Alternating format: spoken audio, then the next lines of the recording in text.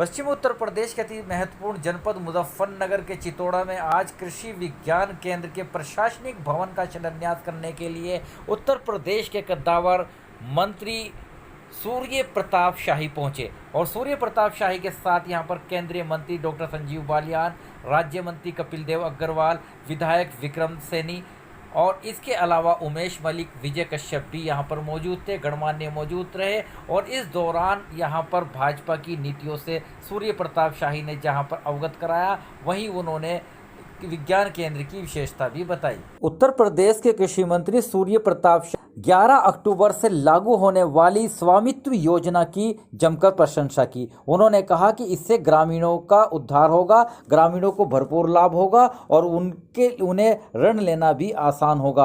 आज वह कृषि विज्ञान केंद्र चितौड़ा के प्रशासनिक भवन का शिलान्यास करने के लिए पहुंचे थे और उन्होंने क्या कहा, एक प्रश्न के जवाब में सुनवाते हैं उन्हीं की। कल से प्रधानमंत्री जी जो है स्वामित्व योजना का शुभारंभ कर रहे हैं, कैसे इसका फायदा होगा ग्रामीणों को? ग्रामीण क्षेत्रों के भीतर जो पुरानी आबादी है, उन आबादी के भीतर आज चिन्हांकन नहीं है। पहले ये व्यवस्था थी जो जमींदारी के गांव से। उन्होंने बताया कि गांव ग्रामीणों के अपने आवासों के, अपनी संपत्ति के पक्के कागजात होंगे और वो अपने कागजात के बूते किसी भी बैंक में आसानी से ऋण भी प्राप्त कर सकेंगे। उन्होंने बताया कि इससे उनका स्टेटस बढ़ेगा और ग्रामीणों को भरपूर लाभ मिलेगा। आपको बता दें कि 11 अक्टूबर से देश के प्रधानमंत्री नरेंद्र मोदी गाँव के लिए स्वामित्व योजना का शुभारंभ करने जा रहे हैं और इस योजना से भरपूर लाभ मिलेगा, ऐसा दावा किया है सूर्य प्रताप शाही ने। प्रताप शाही जी जिन्होंने एक सवाल के जवाब में साफ कर दिया कि स्वामित्व योजना है उसका पूरा लाभ ग्रामीणों को मिलेगा, प्रधानमंत्री की अति महत्वाकांक्षी योजना है। और उन्होंने आज जनपद मुजफ्फरनगर का जो चितौड़ा जाल है, यहाँ पर जो खासतौर से कृषि विज्ञान केंद्र मुजफ्फरनगर का शिलान्यास किया है, उससे भी उन्होंने आशा जताई है कि आने वाले समय में इस क्षेत्र का विकास होगा और किसानों को इसका भरपूर लाभ मिलेगा। बने रहेगा मेरे साथ आरिफ शीश में चीफ एडिटर बार। चितौड़ा के अंदर कृषि विज्ञान केंद्र के प्रशासनिक भवन का शिलान्यास करने के उपरांत मंत्री सूर्य प्रताप शाही ने क्या कहा, ये सुनवाते हैं। नागपुर में जो सॉइल इंस्टीट्यूट है ICR का, पिछले साल उनको हमने कहा कि आप उत्तर प्रदेश का अध्ययन करिए और किसान भाइयों, जो मोदी जी ने चिंता व्यक्त की थी कि हमें अपनी माँ जो हमारी जो मिट्टी है उसकी सेहत की भी ख्याल किया जाना चाहिए। हमारी मिट्टी का जो ऑर्गेनिक कार्बन है वह 2.20 से 30 के बीच है, जबकि 0.50 से कम की गुणवत्ता की मिट्टी ठीक प्रकार से उत्पादन नहीं कर सकती, उसकी उर्वरा शक्ति कमजोर होती जाएगी, जमीन बंजर हो जाएंगे। ये हमारे उत्तर प्रदेश की और देश के अधिकांश हिस्सों की तस्वीर है। इसीलिए मोदी जी ने चिंता किया और उसके लिए उन्होंने कहा कि हमको रासायनिक फर्टिलाइजर का हम कम इस्तेमाल करें। हम कृषि उपकरणों के माध्यम से जो जीरो ड्रिल सीड ड्रिल आपको दी जा रही है 50% अनुदान पर और 80% अनुदान पर, हम इस साल जो है वो 256 करोड़ रुपए का राज्य के भीतर अनुदान दे रहे हैं कृषि यंत्रों के ऊपर। बुआई के क्या परिणाम होते हैं, लागत घटती है और पैदावार ज्यादा बढ़ती है, फर्टिलाइजर का कम प्रयोग होता है, सिंचाई के पानी का कम प्रयोग होता है और उसके बावजूद भी फसल अच्छी होती है। जब किसान अपने आंखों से देखेगा, हमारे वैज्ञानिकों के उन प्रयोगों को देखेगा, तो वह भरोसा जीत करके आएगा और अपने खेतों पर भी उसका प्रयोग करेगा। यही भूमिका हमारे कृषि विश्वविद्यालयों की है और यही भूमिका हमारे कृषि विज्ञान केंद्रों की है। और इसीलिए प्रधानमंत्री जी ने चाहा कि देश के भीतर कुछ और भी नए कृषि विज्ञान केंद्रों की स्थापना किया जाए। और दुर्भाग्य है, आजकल अखबारों में बहुत सा पढ़ता रहता हूं, अनेक चर्चाएं होती रहती हैं। आखिरकार मोदी जी की सरकार ने 2014 में 20 कृषि विज्ञान केंद्र मंजूर किए, तो 2017 तक उसकी शुरुआत क्यों नहीं हुई, ये समाजवादी पार्टी के लोगों को बताना चाहिए। जिनकी प्रदेश के भीतर सरकार थी, उत्तर प्रदेश सरकार की एकमात्र जिम्मेदारी थी कि वह उसके लिए निःशुल्क भूमि उपलब्ध कराए और जो किसानों के हितैषी बनने का ढोंग करते हैं, यदि उन्होंने 3 साल तक 2017 तक के लिए एक भी केवीके के लिए उत्तर प्रदेश में जमीन नहीं उपलब्ध कराई, इसके साबित करता है कि वो किसानों की प्रगति और उसके हितैषी नहीं है। हमने 20 के 20 करा दिए। योगी आदित्यनाथ जी की सरकार ने चाहे कृषि का जमीन रहा हो तो कृषि का, दूसरे विभाग का जमीन रहा हो तो दूसरे विभाग का, और आज हमारे 20 कृषि विज्ञान केंद्र शुरू हो गए और 20 को जमीन हमारी उपलब्ध हो गई है।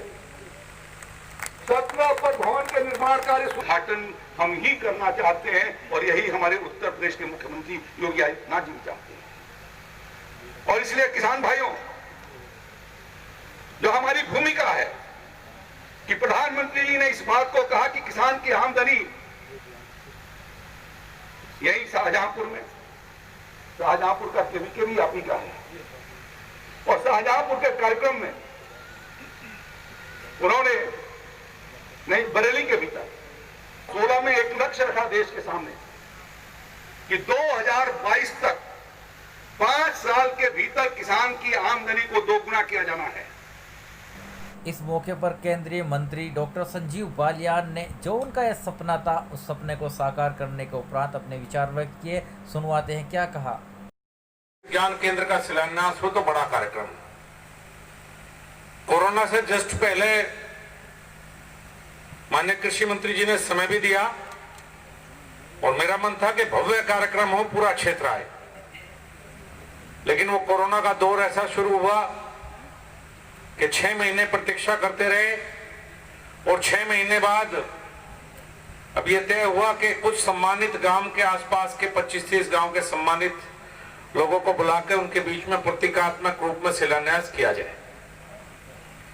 जब मैं 2014 में कृषि राज्य मंत्री था, मुजफ्फरनगर बड़ा जनपद है, पहला कृषि विज्ञान केंद्र बघेल।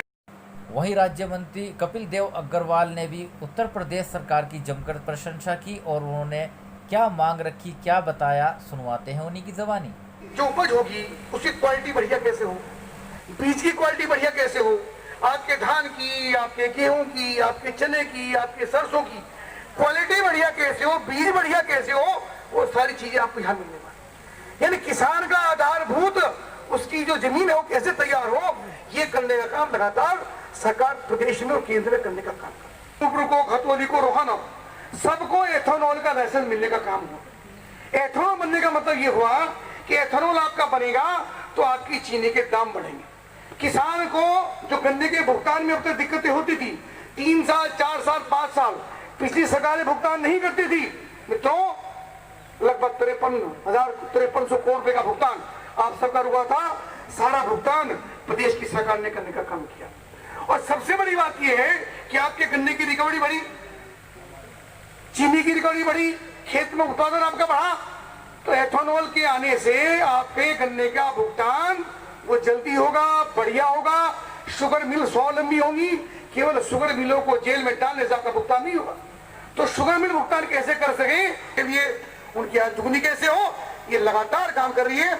आप पूरे विश्वास के साथ पार्टी पर, सरकार पर और जो मंच पर बैठे हम सब और हमारे कार्यकर्ताओं पर आपका भरपूर आशीर्वाद बना रहे, इस अपेक्षा और निवेदन के साथ अपनी बात को पूरी करता हूं। माननीय सूर्य प्रताप शाही जी का बहुत बहुत अभिनंदन।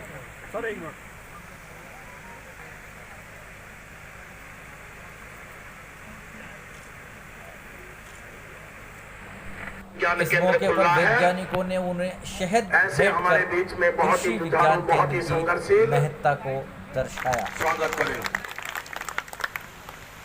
हमारे बीच में उत्तर प्रदेश सरकार के मेरे बड़े भाई विजय कश्यप जी, हमारे भारतीय जनता पार्टी के जिला अध्यक्ष, बहुत ही जुझारू संघर्षशील आदरणीय विजय शुक्ल। इस क्षेत्र में काम हो रहा है, अगर कोई बात मन में होती है तो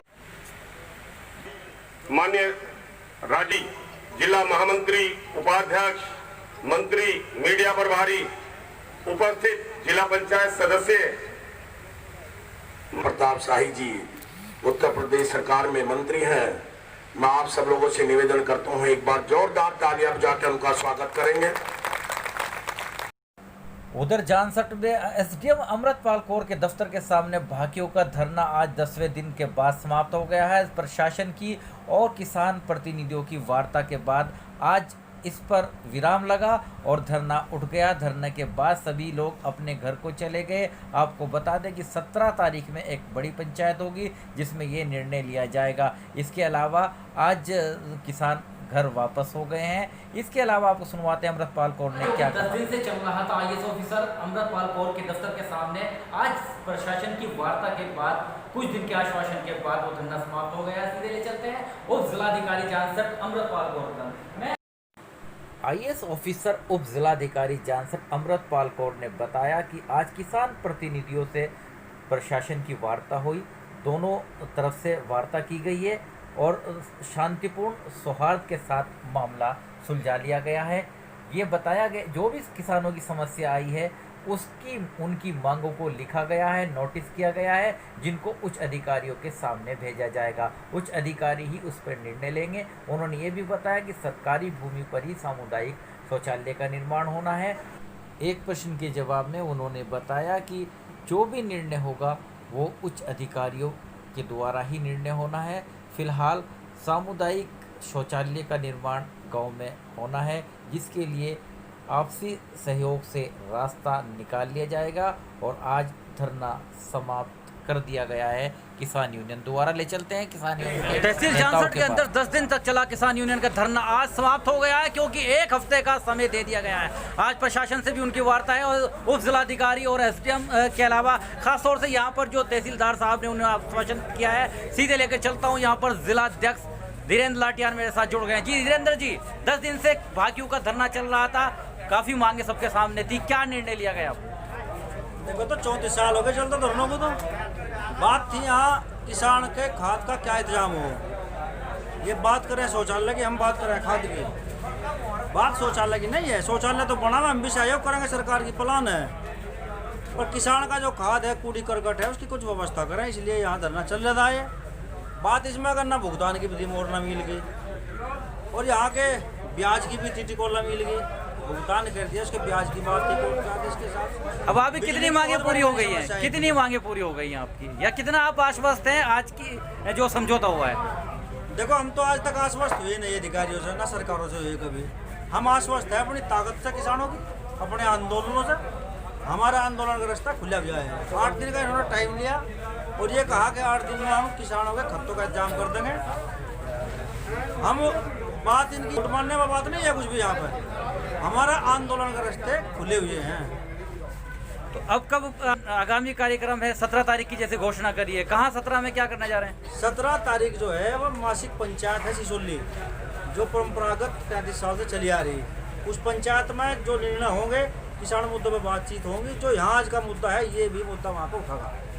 फिलहाल स्थगित है, सब किसान अपने घर लौट रहे हैं। धरना समाप्त है जो यहाँ पर चल रहा था। अब किसान घर जाएंगे, अपनी 17 की तैयारी करेंगे, वहाँ पर निर्णय लेगा।